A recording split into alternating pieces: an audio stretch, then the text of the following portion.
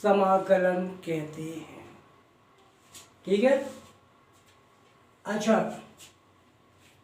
क्या होता था अवकलन गणित में? हम क्या पढ़ते थे? अवकलन गणित में किसी फलन का अपन लोग अवकल गुणांक प्राप्त करते थे। क्या बोले, फिर सुन लो।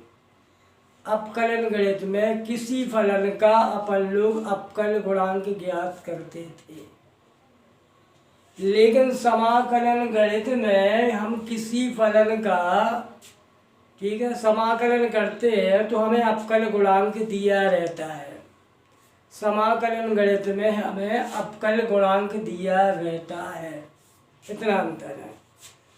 तो जो समाकलन होता है वो अवकलन का बिल्कुल विपरीत होता है। सुन लो ध्यान से। अगर मैंने बोला differential of f x, differential of f x, मान लो हमने कह दिया एफ डैश एक्स। अगर हम इसका इंटीग्रेशन करें, एफ डैश एक्स का इंटीग्रेशन करें, तो वापस क्या आएगा? एफ एक्स आ जाएगा। अगर हमने इसका डिफरेंशियल किया तो एफ डैश एक्स आ गया, और इसका हम इंटीग्रेशन करेंगे तो एफ एक्स आ जाएगा। हमारे कहने का मतलब ये है, ये दोनों एक दूसरे के विपरीत होते हैं। इसका अवकलन करो तो ये आएगा, अब जो उत्तर आया है उसका अपन लोग इंटीग्रेशन करो तो वापस डिफरेंशियल ऑफ एफ एक्स आ जाएगा। तो देखिए, हमने जब इसका इंटीग्रेशन किया तो एफ एक्स आ गया, जो कि प्रति अवकलन है किसका? एफ एक्स का। तो दूसरी परिभाषा अपन लोग ऐसे ही बना सकते हैं, प्रति अवकलन। ये क्या है? प्रति अवकलन ही तो है। हम जिसका अवकलन करना चाहते हैं वो आ गया, देखिए इंटीग्रेशन में। तो प्रति अवकलन ज्ञात करने की प्रक्रिया को भी हम समाकलन कहते हैं। ठीक है, प्रति अवकलन ज्ञात करने की प्रक्रिया को भी हम समाकलन कहते हैं, ध्यान रखना। अगर हम इसका डिफरेंशिएशन करेंगे तो एफ डैश एक्स आएगा, और एफ डैश एक्स का इंटीग्रेशन करेंगे तो एफ एक्स आ जाएगा। तो ये एक दूसरे के जस्ट विपरीत होते हैं, ये एक दूसरे के जस्ट विपरीत होते हैं। ध्यान से सुनो।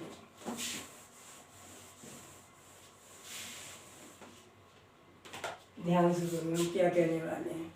मान लो डिफरेंशियल ऑफ एफ एक्स हमें प्राप्त हो गया कैपिटल एफ एक्स। मान लो अगर हम differential of x f x plus c करेंगे तो क्या फर्क पड़ने वाला है? तो differential of f x plus differential of c. तो डिफरेंशियल, इसका डिफरेंशियल ऑफ एफ एक्स क्या था? Capital f x. और किसी अचर राशि का डिफरेंशियल करो, क्या आएगा? F x. तो अपना क्या आ गया? F x. हमारा कहने का मतलब है चाहे डिफरेंशियल ऑफ एफ एक्स करो तो भी एफ एक्स आएगा, उसमें कोई अचर राशि जोड़ो तो भी एफ एक्स आएगा। तो समाकलन की परिभाषा क्या बताई थी? समाकलन अपकलन का विपरीत होता है। तो अपकलन ऑफ एफ एक्स, अपकलन ऑफ एफ एक्स क्या आना चाहिए? F x plus c. इसका मतलब यही तो होता है, जो समाकलन होता है वो अपकलन का विपरीत होता है। यदि अगर इसका इंटीग्रेशन करोगे तो क्या आना चाहिए? एफ एक्स प्लस सी आना चाहिए। अब सी क्या है? सी एक अचर राशि है। सी क्या है? एक सी अचर राशि है। सी है एक अचर राशि जिसके कई मान प्राप्त हो सकते हैं, जिसके कई मान प्राप्त हो सकते हैं। अच्छा, सी के मान चेंज होने पर एफ एक्स के मान भी चेंज होते जाएंगे, इसका इंटीग्रेशन भी चेंज होता जाएगा, क्योंकि जो अनिश्चित समाकलन होता है, क्योंकि जो अनिश्चित समाकलन होता है बेटे वो यूनिक नहीं होता है, ठीक है, वो यूनिक नहीं होता है, इसलिए इसके C1 बदलने पर ये इसका इंटीग्रेशन भी कई आते जाएंगे, अब समाकल भी कई आते जाएंगे,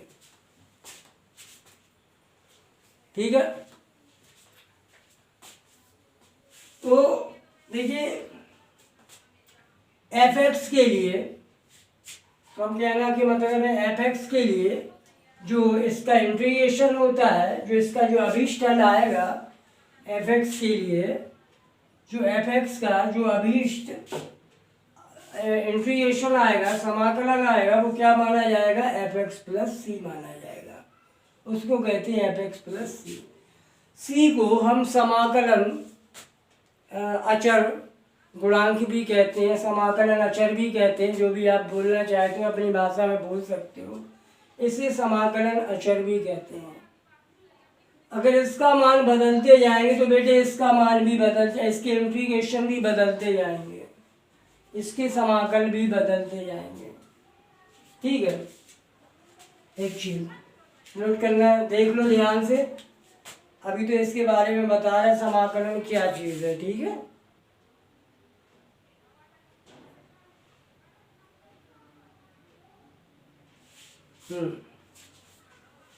ध्यान से सुनना,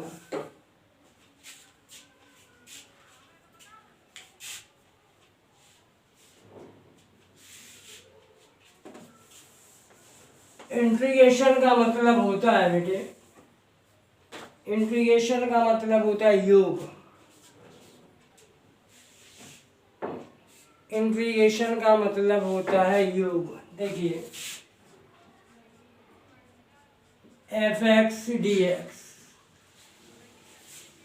इंटीग्रेशन का मतलब होता है योग, ये एस यू एम सम, सम के पहले अक्षर का प्रतीक है, इसका एक सब्स्टिट्यूट है, प्रतीक है। एस को अपन लोग ऐसे बनाते हैं और समाकलन का प्रतीक थोड़ा ने ऐसा बना दिया, वो इसी का ही सब्स्टिट्यूट है, वो समझे, इसी का ही वो सब्स्टिट्यूट है।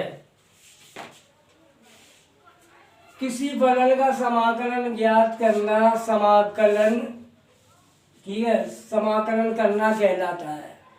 समाकलन ज्ञात करने की विधि को हम बोलते हैं समाकलन ज्ञात करना, समाकलन करना कहते हैं। अच्छा भैया, जिस चीज का अपन लोग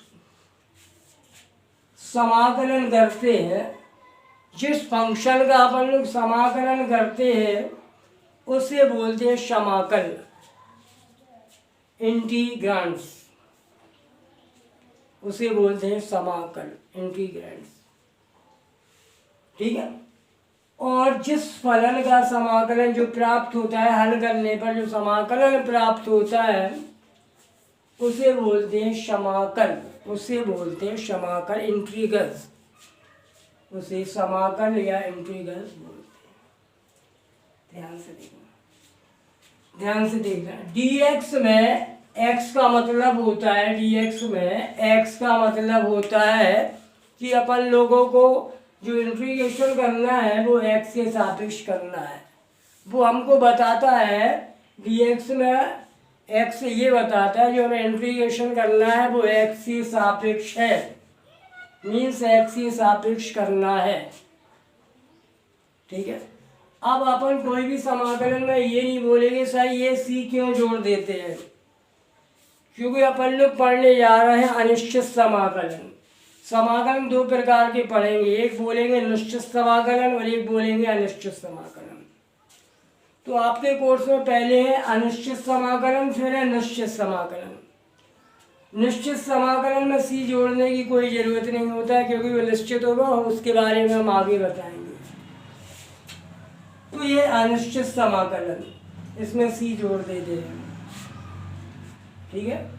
एक बार फिर सुन लो, dx में x क्या प्रतीक है कि हम x के सापेक्ष अवकलन करने वाले हैं, हम x के सापेक्ष अवकलन करने वाले हैं। अगर x या कुछ और भी चर वेरिएबल होता, कोई भी चर होता, तो इसका मतलब है हमें उस चर के सापेक्ष अवकलन करना है। मान लो यहाँ x या t होता, dt होता, तो इसका मतलब हमें t के सापेक्ष अवकलन करना है। इतनी बात समझ में आई। तो हमारा सबसे पहला समाकलन का जो फॉर्मूला होगा वो देखिए।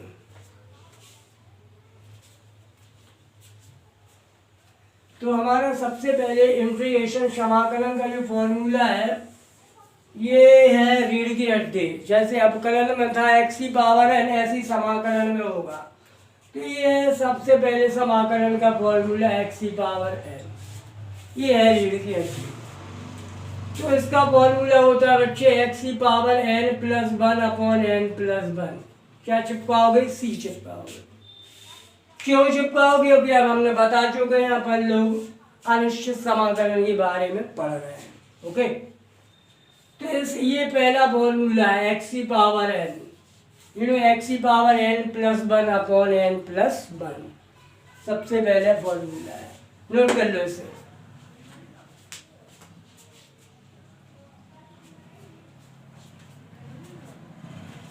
तो इस फॉर्मूले पे आधारित कुछ सवाल देखते हैं। सबसे पहला सवाल है x की पावर 5, इसका इंटीग्रेशन करना है। x का मतलब है dx में, x का मतलब हमने बोला था x के सापेक्ष अवकलन ज्ञात करना है। तो x की पावर n का जो इंटीग्रेशन यहाँ से फॉलो करो, x की power n plus 1 means x की power n plus 1 upon n plus 1, ठीक है। n रियल नंबर हो सकता है, रियल नंबर होता है, ठीक है। तो प्लस जैसे अपन लोगों ने इंटीग्रेशन किया, फॉर्मूला पुट कर दिया, तुरंत सी जोड़ दिया, तो क्या हो जाएगा? x की पावर 6 अपॉन 6 प्लस x, ऐसे होगा। और देखिए, और देखिए इंटीग्रेशन, देखिए ये इस टाइप से इंटीग्रेशन। देखिए हम सबसे पहले क्या हटाएंगे? पावर हटा देंगे तो 1/4 की पावर आने वाली है n dx। फिर x की पावर n का फॉर्मूला लगा देंगे, x की power n plus 1 upon n plus 1 plus c चिपका देंगे। आप भिन्न हल करना जानते ही हो आप लोग। 4 एकम 4 और 1 5/4 प्लस 5/4 प्लस, बाद में भी जोड़ सकते हो, एकदम हल करके भी जोड़ सकते हो, ये हम जोड़ देते हैं, ठीक है।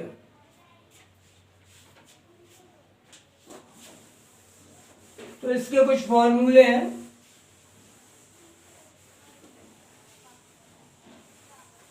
ठीक है, वो हम आपको अगली वीडियो में लिखवा देंगे, ठीक है। वो आपके अगली वीडियो में पूरे बता दें। इसके बारे में समझ में आ गया, x की पावर n, ठीक है। कुछ भी हो सकता है। देखिए बेटे, अगर x की पावर 1 है, केवल 1 है, 1 के अलावा कुछ और है, तो वो अलग चीज। यदि 1 है तो differential of 1 upon x dx, ठीक है, क्या होगा? log x, ठीक है। अगर इसकी जगह बेटा x की जगह x की घात 3/2 है, तो x की जगह 1 की जगह जो कुछ अदर चीज आ गई 1 की जगह, तो अपन लोग क्या करेंगे बेटा? इसको ऊपर ले जाओगे, इसको ऊपर ले जाके समाकलन करोगे। अगर 1 है तो 1 upon x goes to log x, 1 upon x log x, ठीक है। अगर 1 की जगह कुछ भी हो और भी कुछ हो तो इसे ऊपर ले जाया करो और समाकलन कर दिया करो, ठीक है। तो अगली वीडियो में हम आपको पूरे फॉर्मूले लिखवाएंगे और आगे की ओर बढ़ते जाएंगे, ठीक है। तो सबसे पहले आप ये करना, हमारी पुरानी अपकरण की वीडियो को ज़रूर देखें, ठीक है। तो अगली भी जो वीडियो बनती जाएगी, अगर आपको उसको देखना है तो आप हमारे चैनल को सब्सक्राइब कर दें, जिससे आपको वीडियो मिलती जाएगी, ठीक है।